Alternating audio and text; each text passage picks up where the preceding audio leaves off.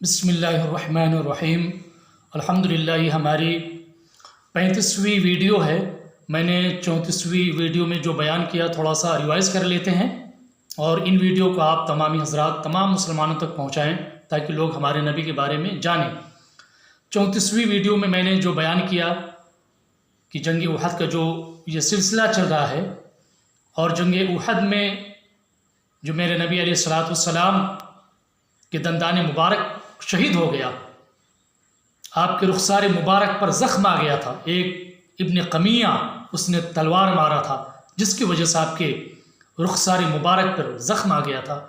उबय बिन खलफ वो आपको शहीद करने के लिए आगे बढ़ता है, मगर मेरे नबी अलैहिस्सलाम नेज़ा जब उसको मारते हैं तो जालिम भागता है। सहाबा किराम आपके इर्द गिर्द जमा थे, आपकी हिफाजत कर रहे थे। तीरों की बारिश हो रही थी, बल्ले भाला नेज़े जितने भी तीर तलवार चल रहे थे, सहाबा किराम अपने सीनों पर ले रहे थे। अल्लाह के नबी की हिफाजत कर रहे थे, कहीं ऐसा ना हो कि कोई तीर मेरे नबी को लग जाए, कोई ज़ख्म मेरे नबी को आए। इसकी वजह से सहाबा अपने सीनों पर तीर खा रहे थे, तलवारों को अपने हाथों पे अपने जिस्मों पे ले रहे थे। ये था सहाबा के किरदार जंग उहद में। अब आगे देखें, इस 35वीं वीडियो को देखें आगे कि सईद बिन रबी एक सहाबी थे। इसी जंग उहद में सहाबा ने ढूंढना शुरू किया कि आखिर ये कहाँ हैं, ये कहाँ पर शहीद हुए। तो जब इनके पास जाते हैं तो इनकी आखिरी सांस चल रही थी। उस वक्त साद बिन रबी ने एक जुमला फरमाया था। आपने कहा था, ऐ मेरे साथियों, जब तक तुम्हारी जिस्म में एक एक खून का कतरा है, मोहम्मद अरबी पर आँच ना आने पाए, वरना अल्लाह की बारगाह में हम क्या मुँह दिखाएंगे। अब आइए देखते हैं ख़वातीन का कारनामा क्या था, औरतों ने क्या कारनामा इस जंग में अंजाम दिया। हज़रत आयशा, हज़रत उम्मे सुलैम, ये लोग ज़ख्मियों की तीमारदारी करती थी। जो ज़ख्म हो जाता था पट्टी मरहम करती थी, पानी ला ला के देती थी, देखभाल करती थी। हज़रत उम्मे इमारा उनमें से एक औरत थी, वह भी ज़ख्मियों की देखभाल कर रही थी। मगर क्या देखती हैं कि अल्लाह की नबी पर लोग चारों तरफ से जब हमला करने लगे, हज़रत उम्मे इमारा जो अपने बेटे अपने शौहर के साथ जंग में आई थी, वो लड़ रही थी, जब देखती हैं कि जालिम मेरे नबी की तरफ बढ़ रहे हैं, हमला कर रहे हैं, तो आप परवाह किए बगैर कि मैं औरत हूँ, मेरा क्या होगा, मगर आप तलवार लेके बढ़ती हैं अल्लाह के नबी की हिफाजत के लिए, लड़ना शुरू कर देती हैं। अपने सीने पर तीरों को खाती हैं, तलवारों को, जख्मों को खाती हैं अपने सीने पर। इब्न कमिया आप पर वार करता है, जिसकी वजह से आप जख्मी हो जाती हैं,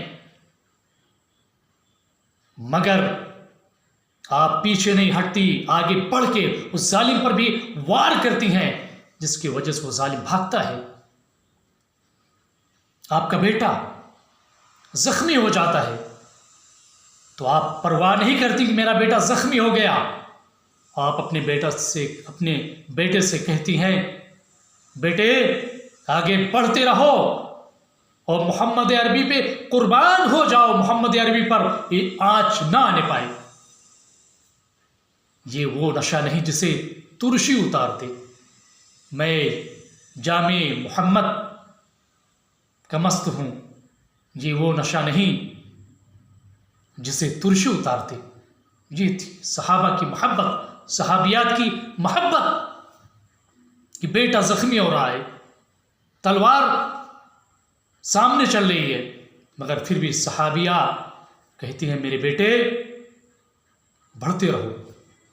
उनके जख्म को अपने दुपट्टे से बांध देती हैं जो खून बह रहा था, फिर ललकारती हैं कि बेटे आगे बढ़ते रहो और अल्लाह के नबी पे कुर्बान हो जाओ, अल्लाह के नबी पर जख्म ना आने पाए। उसके बाद आप देखें बीबी सफ़िया जो हज़रत हमज़ा की बहन थी, अपने भाई को जब देखती हैं कि इनके भाई का कान कटा है, नाक कटी है, जुबान कटी है, कलेजा निकाल लिया गया था, कलेजा चबाया गया था। अबू सुफियान की बीवी हिंद ने हज़रत हमज़ा के जिस्म को चीर के कलेजा इस जालिमा ने चबाया था। और जो शहीद हुए थे मुसलमान, इस बंदी ने कान, नाक, जुबान काट के शहीदों की हार बनाई थी। इस बंदी ने इस कदर जुल्म सितम किया था मुसलमानों पर। उसके बाद एक अंसारी औरत का वाक़या, उनकी मोहब्बत देखें। एक अंसारी औरत का बेटा शहीद हो जाता है, शौहर शहीद हो जाता है, बाप शहीद हो जाता है। उसके बावजूद ये अंसारी औरत, ये सहाबिया कहती हैं मेरे नबी को तो कोई जख्म नहीं लगा, मेरे नबी सही सलामत है ना, मेरे बेटे शहीद हो रहे हैं, होने दो, बाप शहीद हो गए, होने दो, शौहर शहीद हो गए, होने दो, मगर मेरे नबी को आँच नहीं आना चाहिए। ये बार बार पूछ रही थी कि मेरे नबी को जख्म तो नहीं आया। उधर बेटा शहीद हो गया, बाप शहीद हो गया, शौहर शहीद हो गया। कि मोहम्मद से वफा तूने तो हम तेरे हैं, ये जहाँ चीज़ क्या लौहो कलम तेरे हैं। 70 सहाबा शहीद हो गए, 70 सहाबा शहीद हो गए। इसी साल काब बिन अशरफ, ये बहुत बड़ा जालिम यहूदी था, जो यहूदी आलिम थे, उनकी तनख्वाह अपनी जेब से देता था। बहुत बड़ा आदमी था। ये भी अबू सुफियान से मिलके मुसलमानों के खिलाफ कबीले ख़ानदान में जाके लोगों को उभारता है, ट्राइब्स को उभारता है, लोगों को उभारता है। ये आतंकवादी, ये दहशतगर्द सारे कबीलों में जाके मुसलमानों के खिलाफ आग भड़काता है। अबू सुफियान को यह तैयार कर लेता है कि मुसलमानों पे हमला करना है, मदीना पे हमला करना है। जबकि वादा हुआ था, अहद हुआ था कि कोई यहूदी कुफार का साथ नहीं देगा, मगर इसने वादा खिलाफी किया था, अपने मुल्क के साथ गद्दारी की थी।